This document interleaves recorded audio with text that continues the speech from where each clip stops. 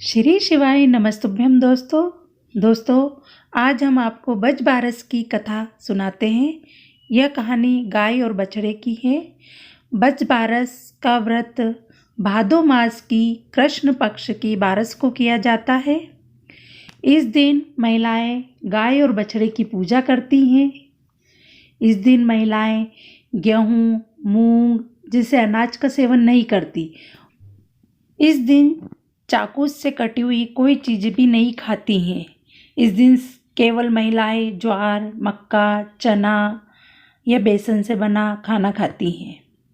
कई स्थानों पे आज के दिन माँ अपने बेटे की लंबी आयु के लिए तिलक लगाकर नारियल देती हैं। बज बारस के दिन गाय और बछड़े की पूजा होती है और पूजा के बाद कहानी सुनाई जाती है। दोस्तों, कहानी इस प्रकार है। किसी गांव में एक सास बहू रहती थी। उसके खेती का काम था। बहू नई नई आई हुई थी। सासू माँ रोज खेत पर जाती तो बहू को खाना बनाने के लिए सब्जी बता के जाती थी। एक दिन सासू खेत पर जाने लगी तो बहू से कह गई कि बहू गेवलो मुंगलो रांध लीजो। बहू को समझ नहीं आयो कि गेवलो मुंगलो कई होवे। उसके घर में एक गाय थी और उसके बछड़े का नाम भी गेवलो मुंगलो ही था। तो बहू ने सोचो कि सासू बछड़े के लिए बोल कर गई हैं। उसे लग तो बड़ा अजीब रहा था, परंतु सासू माँ की आज्ञा नहीं मानेगी तो ये भी गलत होगा।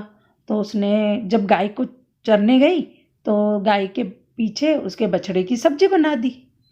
और उसके मन में लग रहा था कि अरे ये मैंने कोई गलत तो नहीं कर दिया बार बार, पर अगर सासू माँ की बात नहीं मानूंगी तो वो समझेगी कि मैं बोल के गई काम का और इस आलसी ने काम नहीं करा।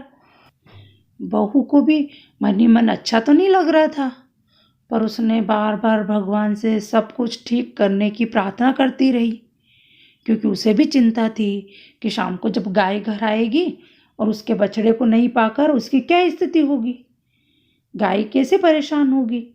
जैसे कि हम अगर हमारे बच्चे नहीं मिल पाते तो हम कितने दुखी होते, परेशान होते हैं।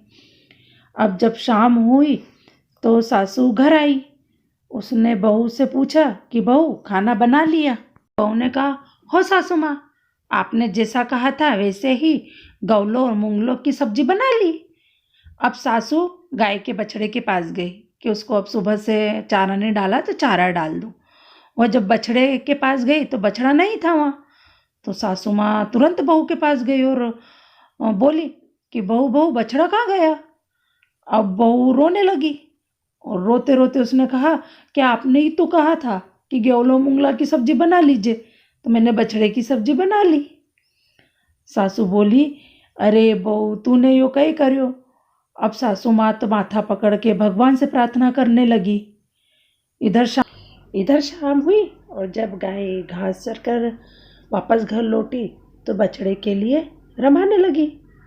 तो इधर उधर घबरा कर आंखों से आंसू भरकर सास भगवान से प्रार्थना करने लगी कि भगवान, मैंने सच्चे मन से यदि आपकी व्रत पूजा की हो तो आप ये गेवलो मुंगले को जीवित कर दो। और गाय है जो बार बार अपने बछड़े को ढूंढते हुए रंभाने लगी, बहुत तेज तेज रंभाने लगी। और सास बार बार परेशान हो और भगवान से प्रार्थना करे। तो भगवान श्री कृष्ण को दया आ गई और भगवान ने सास की प्रार्थना सुन ली और उनने गौलो मुंगलो जीवित कर दियो। वह हांडी फोड़कर बाहर आयो और दौड़ता दौड़ता अपनी माँ के पास पहुँचो। गाय जो बहुत देर से रंभा रही थी, रंभाना बंद कर दिया और अपने बच्चे को चाटने लग गई।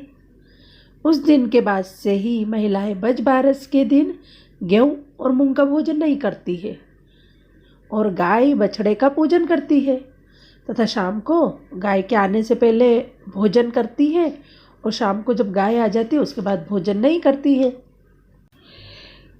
तो हे भगवान, जैसे आप उस सासू माँ को बाद में टूटी हो उसी प्रकार सब पे टूट जो, और कथा अधूरी हो तो पूरी कर जो और पूरी हो तो मान कर जो। जय श्री कृष्णा। दोस्तों, यदि वीडियो पसंद आई तो वीडियो को लाइक करें, चैनल को सब्सक्राइब करें और बेल आइकन को प्रेस करें ताकि आने वाली नई नई वीडियो हम आप तक पहुंचा सकें। जय श्री महाकाल।